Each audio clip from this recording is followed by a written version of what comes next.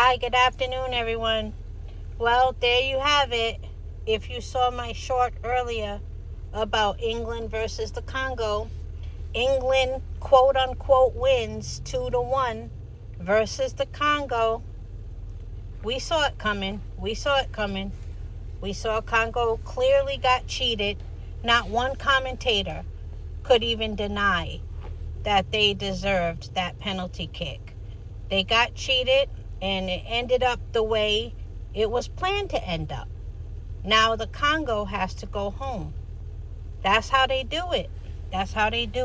But anyway, in other news in the World Cup, ABC News representative, some woman named Velez, I think her name they said was Adrian Velez, she made a comment about Bosnia and Herzegovina for their upcoming match. And, I remember when Bosnia and Herzegovina were debutantes in the World Cup. And that was only about, that might have been about 8 years ago. Maybe as much as 12. But I do remember they when they first, qualified for the World Cup, they were extremely happy and excited. So I'm pretty sure the World Cup is a huge deal for them. Anyway, who the fuck doesn't know where Bosnia and Herzegovina is located? Like, you shouldn't even flex that you don't know that. So this Velez woman was talking about how she doesn't know where it is, quote, and she doesn't care to know. She doesn't even want to know. Like, who says that? You're a news correspondent or whatever you call them, or whatever you are. You're representing a company. You're not in your bedroom. You're not on the phone with your friend. You're representing a company. Like, what the fuck is wrong with people? She doesn't know where it is, and she doesn't care to know. And so of course it made its way to headlines amongst people from Bosnia and Herzegovina. Do you know, lo and behold, wait till you hear this. They said whatever company, whatever she worked for, is owned by a Bosnian, by somebody from Bosnia and Herzegovina. So I don't know what the connection is between the company she works for and like ABC News, but whatever, she's supposedly on suspension for her comments because, she claims it was just a joke, and a couple of people claimed it was just a joke. But we all know you don't joke like that. Like, who jokes like that? So it is what it is with people who just want to stay ignorant and make ignorant comments like that. Like, even if you feel like it wasn't the worst comment in the world, you don't say things like that in a public, forum. Like, again, you want to say something like that in the privacy of your own home or amongst friends, but you don't say things like that when you're representing anything or anyone else. Like, it's just common sense. That's all it is. Nothing more, nothing less. It's just common sense. So, that ain't really no big news, but it's big enough. I don't think I told you guys about how Korea got down after Korea got sent home from the World Cup. Man, they took that shit hard. First of all, the Korean Soccer Association, or whatever it's called, they're under heavy scrutiny after Korea, didn't perform according to how their country felt they should have. And when they came back and entered the airport back in Korea, there were a lot of angry fans there. And, many are saying they're not necessarily angry at the players, or at least not entirely. They're really mad at that Korean Soccer Association. And as soon as Korea got sent home, the head coach, his last name is Bo, they said he resigned. So as they're coming through the airport, they're showing the translation when the man is yelling. There's a man yelling to the head coach, "Bo, you motherfucker, He literally had it translated as "you motherfucker." Now, I don't know if Korea truly has a translation for motherfucker, but that's what they had as far as the translation. That he was saying, "Bo, you motherfucker, you're worthless, this, that, and the other." So, and then the fans, you could just hear them yelling. Somebody threw a toy, like a plushy dog or something, at one of the players, I think, or at the head coach.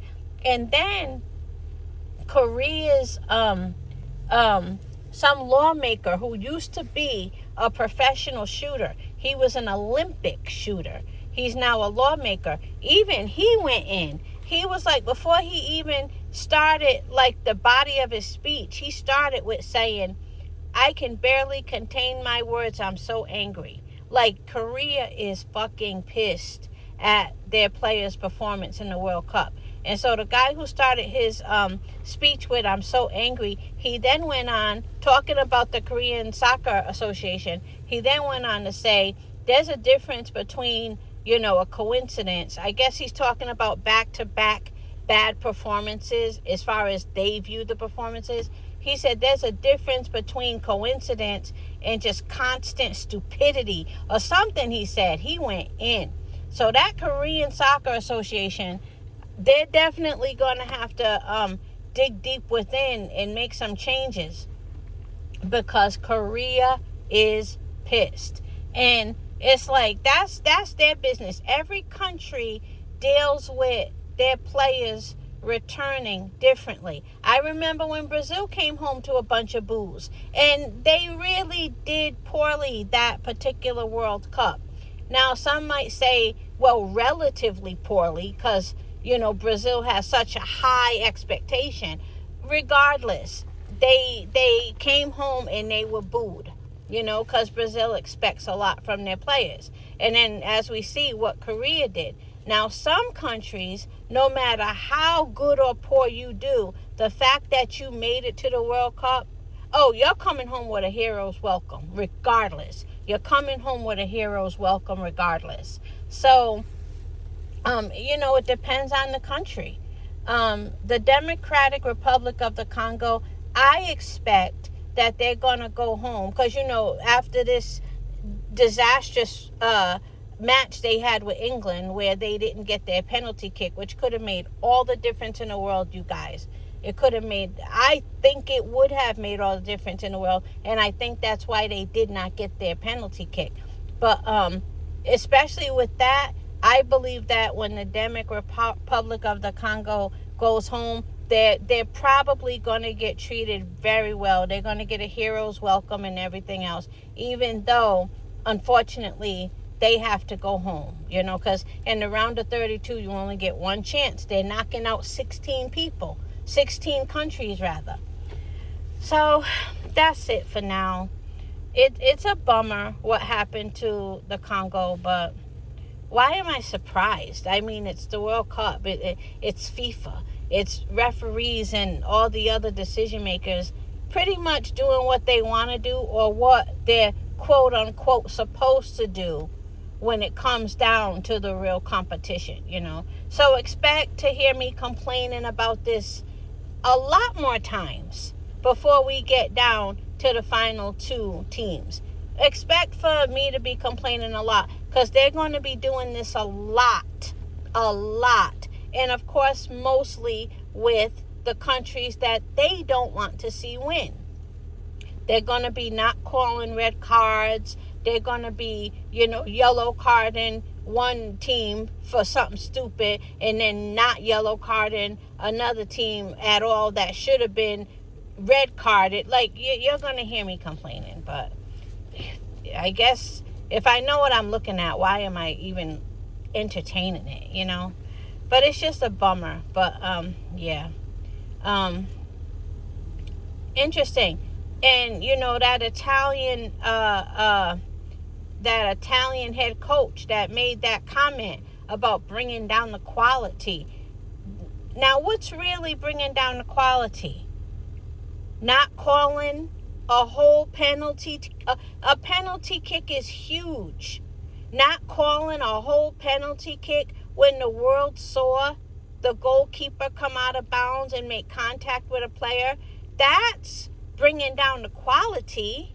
But they're not going to talk about that because it benefits the people that they think deserve to be given, special treatment in the World Cup. But that's all. Have a good one.